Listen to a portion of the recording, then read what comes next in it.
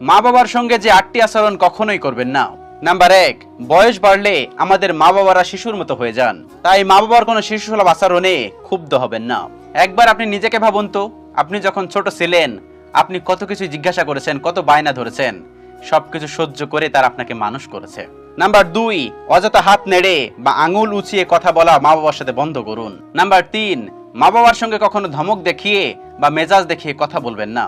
তাদের যে কোনো প্রশ্নের উত্তর বিনয়ের সঙ্গে আদবের সঙ্গে দিন। নাম্বার 4, মা বাবা যদি কিছু বলেন তাহলে মনোযোগ সহকারে শুনুন, বিরক্তি বা অস্থিরতা প্রকাশ করবেন না।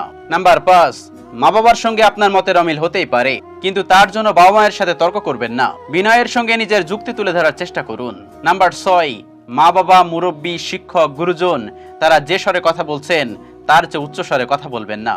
নাম্বার 7, আমাদের মা বাবারা বার্ধক্যজনিত কারণে বিভিন্ন শারীরিক এবং মানসিক সমস্যায় ভুগে থাকেন, বারবার তাদের শারীরিক